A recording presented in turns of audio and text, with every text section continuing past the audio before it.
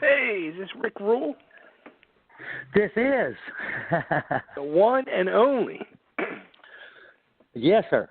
How we doing, man? Yes. Good, man. How you doing?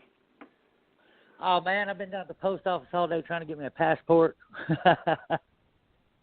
Well, that means something good then. I mean, it's probably a pain in the ass, but it means I guess you're going overseas. I take it to do some tunes over there. That's what they're saying. So I'm gonna. I guess so. That's cool. Congrats, man. That's awesome. Have you guys gone overseas to do anything before, or is it the first time for you? Or? Nothing other than, been to Canada a couple of times, but nothing crazy. They're talking about us going to UK like August of next year and stuff. So, yeah, man, looking forward to it. Oh, that'd be awesome. Good for you. Now, the rednecks run loose overseas. Hey, that's always a good thing, right? Right. So, it's funny, like every mother's nightmare. Dude, I remember, when that video hit MTV and The Walls Come Down. I remember watching it on Headbangers Ball and they debuted it, and I was just remember sitting there like, hell yeah. Like at that time of the whole music era, it was getting really bubblegum and real poppy and real, and you guys came out and it was like a kick in the nuts. I was like, oh, shit, yeah, this is good stuff, man. This is the way it should be. And it was like a breath of fresh air that came across. I was really happy that you guys breaking on through for us people outside of the Tennessee area. Yes, sir. We're just raw, man. So what was it like that for you? Like, once you guys started hitting MTV, especially with the ballad and all, I mean, that must have just completely blew up for you. Oh man, it was like one day we were 8 of us in a van riding around playing $50 a night shows, and then the next day we're we started headlining, and we got down to, I think the first place that song hit was down Tampa, Florida, and we were down there talking to a radio guy, and we'd been, like I said, we was 8 of us in a van rolling around all over the United States playing, and he's like, man, y'all don't have a clue, do you? And we're like, what do you mean? He's like, man, y'all got like a number 3 song in the country. Like, we said, we're like, well, what's that mean? He goes, y'all are headlining tonight. And I was like, oh, okay, that's what it means. So, holy it's a beautiful cow! thing. So it totally like you had to blindsided you guys. Oh yeah, I mean, we were just hitting clubs and just playing as much as possible. So yeah, just we didn't know what was going on. We just knew we had to be the next town tomorrow night. Holy cow! Now something too, like I didn't even realize until reading your bio and all. Like Clive Davis had a huge hand in getting you guys signed to Arista then. Oh yeah, man. He that was one of the reasons we went with Arista. They didn't have many rock bands, but Clive Davis has signed some pretty serious people, and sure, he's responsible for a lot of great careers. And he came all the way to Memphis and saw us play. And after the show, he came in and took my boots off my feet and took them and put them on his desk for about a year. And I had some old ragged cowboy boots on, and just a good guy, man. And like I said, very smart. And, I was like, man, this would be stupid not to go with these guys. And there we went. Right. So wait. So he kept your boots, like he literally took your boots off and put them on his desk for a year. Yeah, I mean, they were bad. They were a pair of, in the old days, the cowboy boots, the snakeskin cowboy boots. Well, these didn't have no cowboys. They didn't have no skin left on them, and I had the whole bottoms tied on with guitar strings. And he said, I got to have those, and he took them. Oh, that's funny. That is funny. That, it's like that's such a he's such an iconic figure in the music world. And yeah, man. When I'm thinking about it, I'm like, he was more about like pop music and stuff like that. So, do you know what it was? Like, did he tell you what really grabbed him about you guys to make him want to sign you? He just said. He just thought, we'd only done 13 shows before he came to see us, so he just said it was the thing that he liked the most. It was raw, and it was just, it was from the gut, and it was real, and it wasn't polished by any means, and that's what I think that's what he dug the most. And it wasn't the fact that all four of us were riding around in a Mitsubishi truck. So.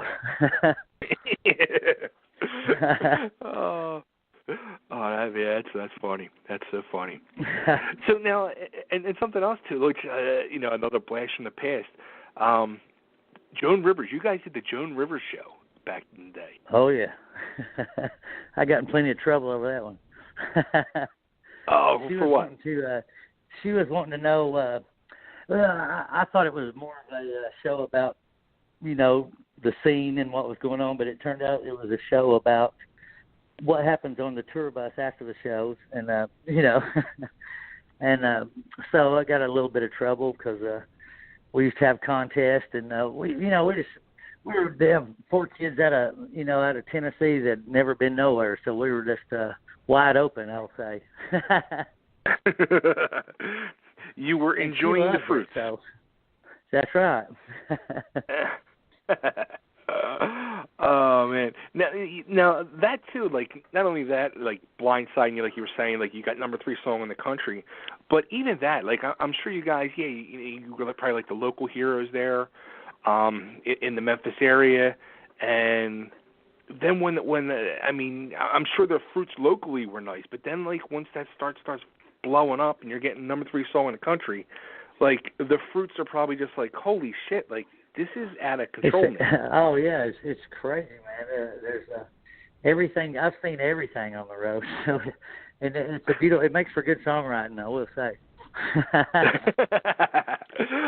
It's a lot of beautiful influence going on. Yes, I tell you the best part. Everywhere we play, or if there's 10 people there or 100 or whatever, man, the best part of it is showing up, and if there's a couple people that are into what you're doing, and just open-minded, and just just come out and have a good time, and let me bitch about what I've done for the last year. That's basically it. Right. Oh man! But it's a beautiful thing, man. Now, are you guys still based down out of the Memphis area? Yes, sir. Memphis, Tennessee. Nice. So you guys stayed put all down through the years. Oh yeah, man. I'm actually from Knoxville, which that's right up there, and it's big orange country. So I was from there, but I moved here when I got my deal, and I've just stayed here. I like it here.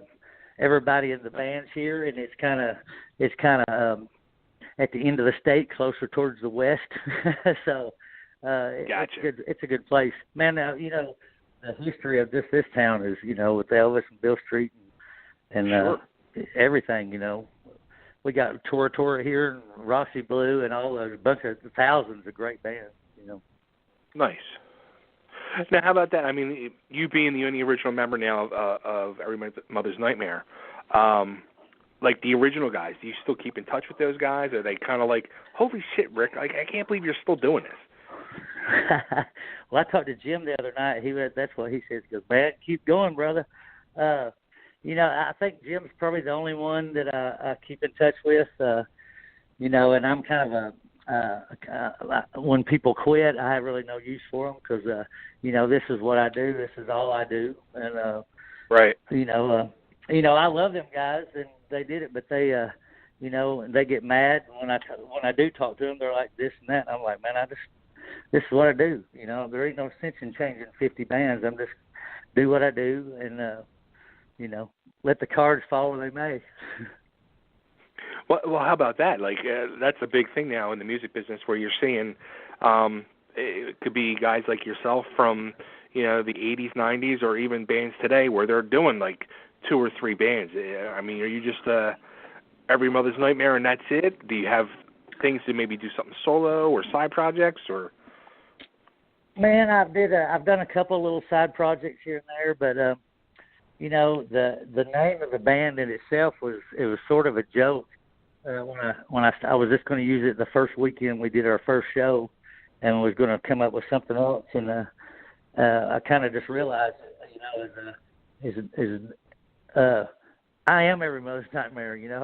I would hate to see me knocking on somebody's door, going, "Hey, is your daughter here?" So, I'm just a redneck from Tennessee. I just play music and have a good time and do what I do, take care of my kids. Nice. So now you got the new album that's actually coming out first week in October 6th, called Grind. Yes, sir. Now October this was actually an EP that you put out 2 years ago. Yes, sir. What happened? When I put the band together, a couple guys left. We did a record called Smoking Delta Voodoo a while back, and two of the guitar players that I had in there, they decided to pursue their family life and all that. So I put the new band together, and we wrote. I think the first time we practiced, we played Walls and a couple of old songs, and it was gelling really, real good for the first day, So I think at the end of the practice, we just decided let's start writing a record, and we started from that day and just started writing. We wrote the first 5 songs, and then, we kind of developed them a little bit and run into Justin Reimer, which is a producer down here that I wanted to work with a lot because I just loved the twist that he was putting on things. And so I took him 4 or 5 songs and just, to see if we could get it together. And I told him, I'm old school, it's just grip it and rip it, rock and roll. And he put his little wang on it, and there we go. And we were just selling it out of the back of the car at shows, and ran into Bill Chavis from Highball, and he called me like 2 weeks after he heard it, and he goes, "Man, let's do a full record." And nice. I was like, "All right." So I went back and recorded 3 new songs, and then we did a little benefit for Patrick Francis, the bass player for Tora Tora, down here in Memphis, Tennessee, and it got recorded. And I heard it, and decided to throw 3 live songs on there, and we put 3 videos on there. So it's one-stop shopping. You got new music, you got live music, and you got videos, all in one. That's it, man. And we got a green That's vinyl record coming out. Even doing vinyl, that's badass. Yes, sir. It's bright green. I love it. Nice. Good for you. That's exciting, man. It's fun, man. Stuff like this don't happen to bands like us. Most of the bands like us, I think, they try to live off the songs that they've done, and I don't want to live off what I've done. I want to live off what I'm doing. I always want to write. Right. I always want to do something new, and I want to play new stuff in front of people. That's where we at. Now, have you been keeping Every Mother's Nightmare going all these years? I mean, with just different versions, like different lineups? Oh yeah. I've had I'm playing somewhere. I try to be playing somewhere every weekend, but I took 2 years off because, like I said, I had a little girl and a little boy, and nice. I had to do that for a sec, and then I've just kept it going all these years. Yeah, just playing, writing, playing. Wow, good for you, man. That's awesome. Now, That's also, all I too, do. I'm not smart enough to do anything else. Hey, man, I feel your pain. Believe me. But you got some big names here on the new album too. I mean, not just you guys. You got Jim Dandy, legendary Jim Dandy's on it. Oh yeah, legendary Jim Dandy. I ran into him, and we had this little song we were messing around with in the studio, and he came up and hung out with us one night, and we were talking about him singing. And I said, "Man, it's pretty cool if he did it." So I let him, we let him listen to it down like 3 times, just sitting in the studio, and I just told him to cut loose, do whatever he wanted, and he came up with a bunch of "Hey Boys" and stuff like that, and we threw it on there, man. That guy's done everything, man. He's a legend. Right. And if he wanted to sing, I was going to let him do it. Who are you to say no, right? That's right. No, he's a very cool dude, man. That's awesome. What's that? You also had a Zach Myers from Shinedown on there, too. Yes, sir. My little buddy Zach, I've known him. I think I was the actual first person to ever record when he was like 12 or 13. He had a blues band. He used to play just about every club that he could worm his way into. He would be up playing, and he's sat in with us 1,000 times. And I'm proud of him.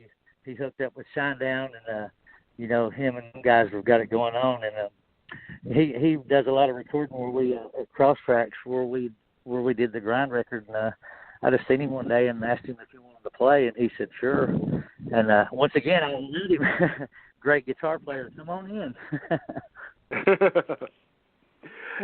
Now, something like that too is cool, where you know a lot of times it's harder for you know the bands from that era, from your late '80s, early '90s, to cross over to get like new fans. So having like somebody like Zach with Shinedown, it kind of gives you guys like that stamp of approval. You know what I mean? Like, hey, you know, give these guys a shot. These guys are cool. You know what I mean? Yeah, I mean that's my buddy, you know, Wayne Sweeney from Saliva. You know, he I ran into him one night. He said he wanted to play on our track, so he came down. And incredible guitar player, and one of my friends, one of my first people that I ever met when I moved to Memphis. So very cool. And I'll let them play all they want. If they want to play on the next one, they can come do it too. Nice. Now they got to take you out on tour. Yeah, that's what I'm talking about. Now it's cool that that you know, it's like you were saying. There's a lot of bands of today won't even think about messing with them, you know, because we were considered an '80s band, which I never thought we were an '80s rock band. You just had to have a ballad to be valid back in the days, you know. So right. But and them guys, you know, just being more friends than anything, just jumped in there and were helping us out, and you know, pretty much any time we asked them guys for anything, you know, they're willing to help, and vice versa, you know. That's awesome. That is awesome. Yeah, I mean, it's funny because like I'm sure there's probably like a lot of the bands of today that, you know, listen to you guys or are influenced by you guys, and will even like, you know, maybe even wear a shirt or something, but they won't give you the time of day. Yeah, we played with what is it, Power Man 5000. Okay. I think about 4 weeks ago, and the guitar player came out and goes, "Dude, man, I remember y'all from the day."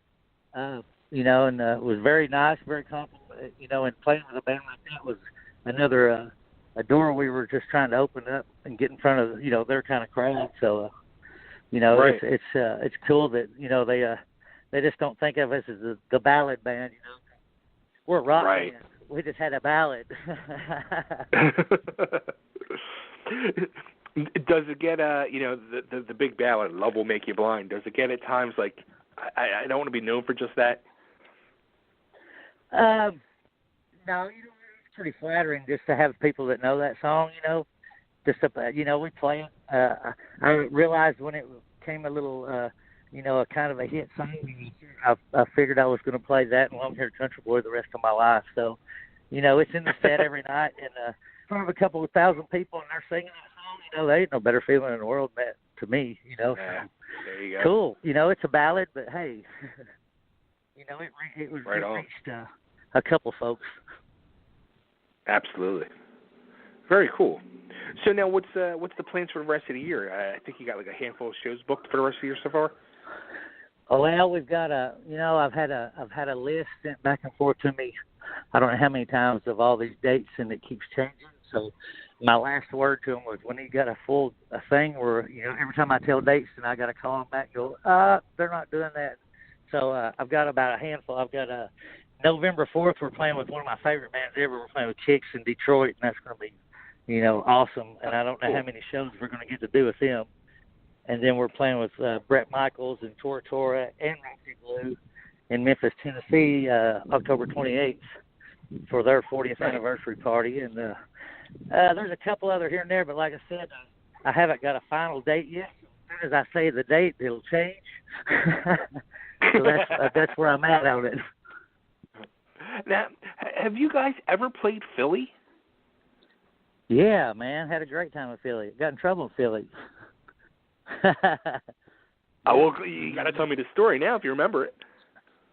Well, it was 2 hotel rooms and stuff getting put under the doors, and the police came, and that's all I can say. We used to play a really cool club there, man. I can't for the life of me remember what it is. I want to say, I'm wanting to say something like Gators, but I don't think it's it.